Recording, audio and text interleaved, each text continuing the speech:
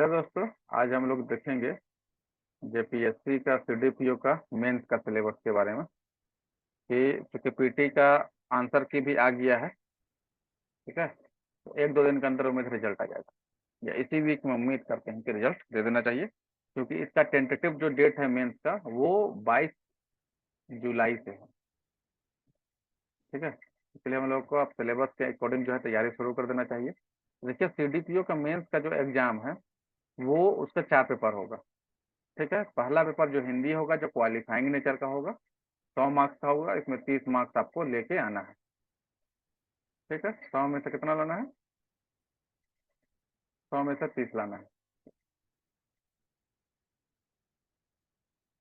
100 में से 30 लेके आना है। ठीक है, 100 में से 30 लाना है। और जीएस पेपर 1 होगा, इसमें 100 मार्क्स का होगा। उसी तरह से जीएस पेपर 2 होगा, इसमें भी 100 मार्क्स का होगा। और ऑप्शनल पेपर होगा जिसमें 4 पेपर पढ़ना है, सोशियोलॉजी, होम साइंस, साइकोलॉजी और एलएसडब्ल्यू। इसमें 2 पेपर होगा। ठीक है, पेपर 1 ए आर प्रति पेपर जो है 200 मार्क्स, 200 मार्क्स का होगा। तो टोटल जो है 1 2 2 4 2 6, टोटल 600 मार्क्स का जो है मेंस होगा। और जो है 50 मार्क्स का जो है इंटरव्यू होगा। तो टोटल 650 मार्क्स में आपका जो है फाइनल सिलेक्शन का कट ऑफ बनेगा। ठीक है, ये तो हो गया एक ढांचा मेंस के सिलेबस का। ठीक है, अब देखिए इसमें आगे, अब इसमें जो है हिंदी में क्या है, जीएस 1 में, जीएस 2 में क्या है, ऑप्शनल में क्या पढ़ेंगे, ये सब हम लोग थोड़ा सा देख लेते हैं। देखिए, पेपर 1 में जो हिंदी है वो 10वीं कक्षा स्तर का होगा। ठीक है, इसमें निबंध 30 अंक का आएगा, व्याकरण 30 अंक का, वाक्य विन्यास 25 अंक का और संक्षेपण 15 अंक का। इसी में से हमको 30 अंक ले आना है क्वालिफाइंग के लिए। ठीक है, अब देखिए पेपर 1 में और पेपर 2 में क्या क्या होगा। तो देखिए, जीएस पेपर 1 जो है इसमें हिस्ट्री है, मैंने बेसिकली इसमें मॉडर्न हिस्ट्री, आधुनिक इतिहास है। ठीक है, मॉडर्न हिस्ट्री और इंडियन कल्चर है। ठीक है, पहला। दूसरा है राष्ट्रीय और अंतर्राष्ट्रीय महत्व का घटना चक्र, माने करंट अफेयर्स है, करंट इवेंट्स। और तीसरा जो है सांख्यिकी विश्लेषण, आरेखन और चित्रण, मतलब स्टैटिक्स है, स्टैट्स है। तीसरा ये पेपर जीएस पेपर 1 में ये 3 पार्ट है, हिस्ट्री, करंट अफेयर और स्टैट्स, ये 3 चीज पढ़ना है। ठीक है, और इस पेपर का थोड़ा सा यहाँ पर डिटेलिंग दिया हुआ है कि सिलेबस में ये होगा।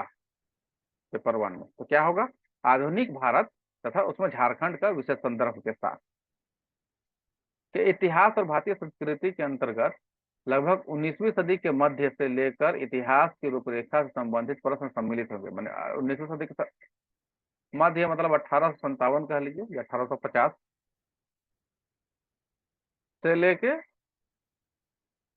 देश के इतिहास की रूपरेखा तक, तो 1947 तक इसको मान लीजिए। इसके बीच का जो है प्रश्न सम्मिलित होगा।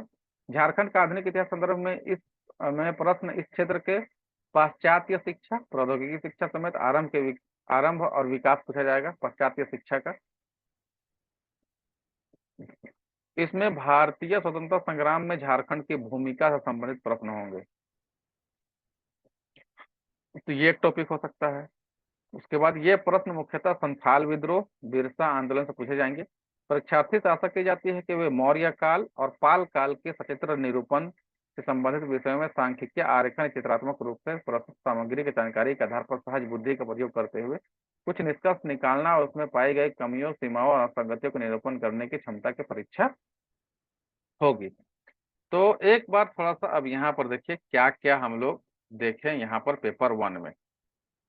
तो सबसे पहले देखें हम लोग को जो है आधुनिक इतिहास पढ़ना है भारत का। ठीक है, और यह आधुनिक इतिहास पढ़ना है 1850 से 1947 तक। ये ठीक है, दूसरा जो पढ़ना है हम लोगों को, वो भारतीय संस्कृति पढ़ना है।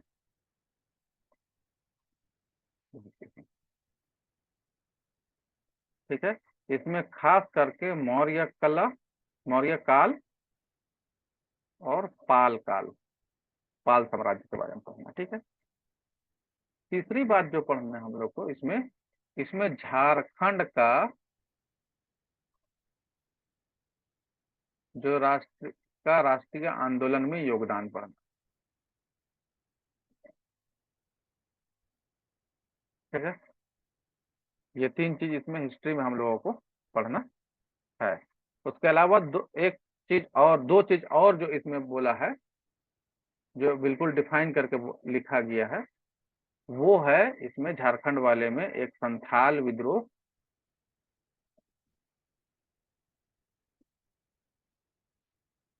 और एक बिरसा आंदोलन। बिरसा आंदोलन, ठीक है। और एक लिखा हुआ है फिर पाश्चात्य शिक्षा। तो इसके बारे में लिखा, पाश्चात्य शिक्षा का आरंभ कैसे हुआ और फिर इसका विकास। ये हिस्ट्री में ये 5 टॉपिक है जो हम लोगों को पढ़ना है। ठीक है, तो ये हिस्ट्री वाला पार्ट हो गया। अब जो है उसके बाद दूसरा जो दिया है वो करंट अफेयर वाला जो पार्ट है, करंट अफेयर का, ये तो पूरा करंट अफेयर, इसमें राष्ट्रीय महत्व और अंतरराष्ट्रीय, ये दोनों देखना है। ठीक है, अच्छा, इसका पता कैसे चलेगा हमको इसमें पढ़ना क्या है? तो इसके लिए हम लोग जो है प्रीवियस ईयर का क्वेश्चन बैंक अभी देखेंगे। प्रीवियस ईयर का जब क्वेश्चन देखने लगेंगे तो अपने आप टॉपिक क्लियर होते जाएगा, हाँ किस तरह क्वेश्चन पूछेगा और क्या पूछेगा।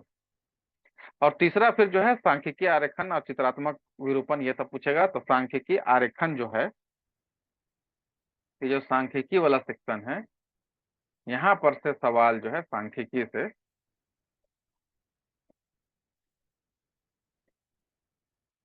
सांख्यिकी से जो सवाल देखा गया है अभी तक, वो देखा गया है बार ग्राफ से और लाइन ग्राफ से, टेबल चार्ट से, फिर पाई चार्ट से। इससे क्वेश्चन सिंगल सिंगल भी आता है या किसी दो को मिला के दे देता है। ठीक है, ऐसे अभी देखेंगे प्रीवियस ईयर में जो क्वेश्चन आए हैं उसके हिसाब से देखेंगे तो अपने पता चल जाएगा हाँ ये क्या है। ठीक है, तो ये पेपर 1 का सिलेबस का थोड़ा सा इलेबोरेशन हो गया। अब जो है हम लोग को देखना है पेपर 2 के बारे में। ठीक है, पेपर 2 में देखिए हम लोग को यहाँ पर पेपर 2 का जो सिलेबस है वो यहाँ पर लिखा हुआ है, बहुत अच्छे से और डिटेल से लिखा हुआ है।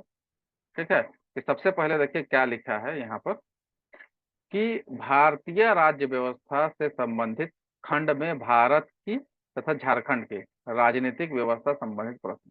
मतलब इसमें सीधा सीधे पूछा है पॉलिटी। ठीक है, फिर भारतीय अर्थव्यवस्था और भारत तथा झारखंड का भूगोल से संबंधित खंड से भारत की योजना और भारत के भौतिक, आर्थिक और सामाजिक भूगोल से संबंधित प्रश्न होंगे। मतलब इसमें इकोनॉमिक्स है और फिर जियोग्राफी है। ठीक है, भारत के विषय में विज्ञान एवं प्रौद्योगिकी महत्व और प्रभाव संबंधित तीसरे खंड प्रश्न पूछे जाएंगे। और तीसरा सेक्शन जो है वो साइंस एंड टेक्नोलॉजी है। ठीक है, तथा पूछे जाएंगे जो भारत तथा झारखंड में विज्ञान और प्रौद्योगिकी के महत्व के बारे में उम्मीदवार की जानकारी परीक्षा करे। इनमें प्रायोगिक पक्ष पर बल दिया जाएगा, मैंने अप्लाइड पार्ट पर बल दिया जाएगा। तो अब यहाँ पर देखिए थोड़ा सा कि जो सिलेबस है यह जो है इसमें, इसको कैसे हम लोग इसको एलाबोरेट करेंगे वो तो बता ही दिए। पॉलिटी है, ज्योग्राफी है, इकोनॉमी है और साइंस एंड टेक्नोलॉजी है। ये हो गया पेपर 2 के बारे में। ठीक है, तो पेपर 2 में इतना 5 चीज पढ़ना है। ठीक है, अब यहाँ पर जो है, अच्छा ये तो एलाबोरेटेड सिलेबस हम आप लोग को बताए हैं अभी यहाँ पर। ठीक है, ये जो डिटेल से दिया हुआ है ना वो वाला।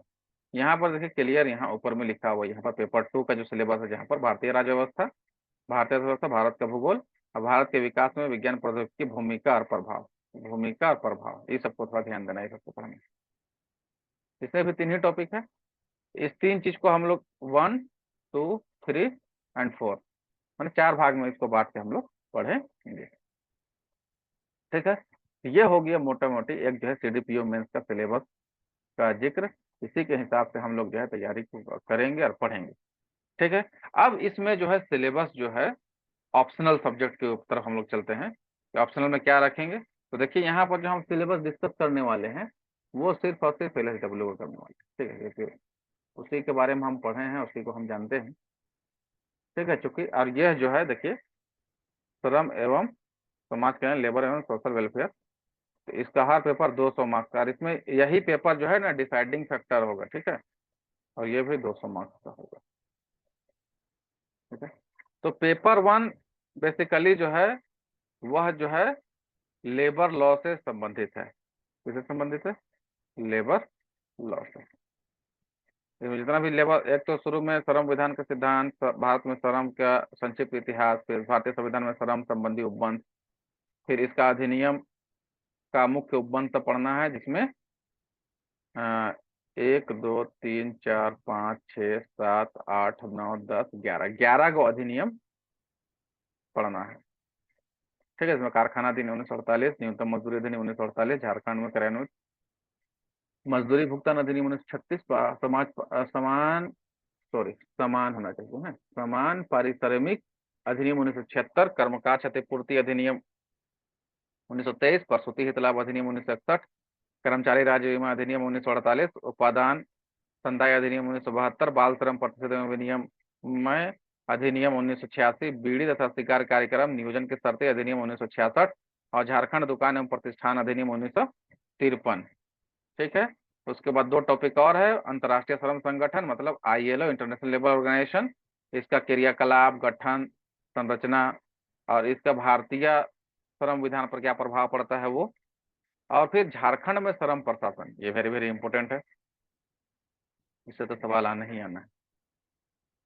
ठीक है, उसके बाद देखिए पेपर 2 में औद्योगिक संबंध के बारे में पढ़ना, समाज कल्याण के बारे में। उद्योग में 3 पार्टी है। ठीक है, एक तो मालिक हो गया, और एक श्रमिक हो गया, और एक संघ हो गया, यूनियन, श्रमिक संघ।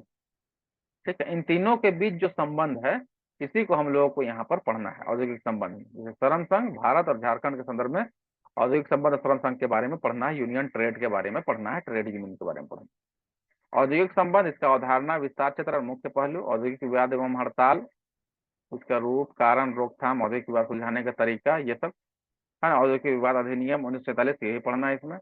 परमाणु में श्रमिकों की भागीदारी, ये पढ़ना है। फिर भारत में श्रम संघ भारत का क्या इतिहास रहा है, इसका क्या उद्देश्य रहा है, इसका कैसा ढांचा है, राजनीतिक लगाव कैसा है, ये सब। अनुशासन संहिता और आचरण, समाज कल्याण एवं सामाजिक सुरक्षा, उसके बाद पढ़ना है समाज कल्याण। सामाजिक सुरक्षा क्या है, इसमें बेरोजगारी है, निर्धनता है, मन गरीबी है, बाल कल्याण है, महिला कल्याण है, अनुसूचित जाति जनजाति की समस्याएं हैं, मद्यपान निषेध है। ठीक है, और उसके बाद वैश्यावृत्ति है, भिक्षावृत्ति है। फिर झारखंड सरकार के सामाजिक सुरक्षा कार्यक्रम जो चलाए जा रहे हैं, वृद्धा भत्ता, पेंशन, अनियोजन भत्ता माने बेरोजगारी भत्ता, समूह बीमा, बंधुआ श्रमिकों का पुनर्वासन, ये सब के बारे में इसमें पढ़ना है। ठीक है, तो इसको भी, इसका भी LSW का भी क्लास कराया जाएगा, एक एक पॉइंट इसका पढ़ाया जाएगा आप लोगों को, उम्मीद है, टेंशन नहीं लेना है। ठीक है, और बाकी GS1 GS2 उसमें बहुत ज्यादा जो है, अगर आप यहाँ तक JPSC की तैयारी किए हैं अभी तक, तो GS1 और GS2 आपको बहुत ज्यादा टेंशन लेने की जरूरत नहीं है, उतना आप कर लीजिएगा। मार्क्स भी 100 मार्क्स का है। ठीक है, सिर्फ उसमें लिखने का प्रैक्टिस रखिएगा, तो उम्मीद है कि आप उसको कर जाइएगा, उसको लिख लीजिएगा।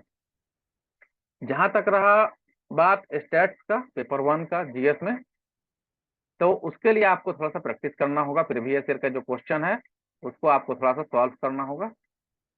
ठीक है, और जो भी बेसिक बुक होगा सांख्यिकी का, जिसमें bar graph, line graph, table chart, pie chart सबका क्वेश्चन दिया हुआ होगा, उसका बनाइएगा तो आपका प्रैक्टिस पूरा बहुत अच्छे से हो जाएगा।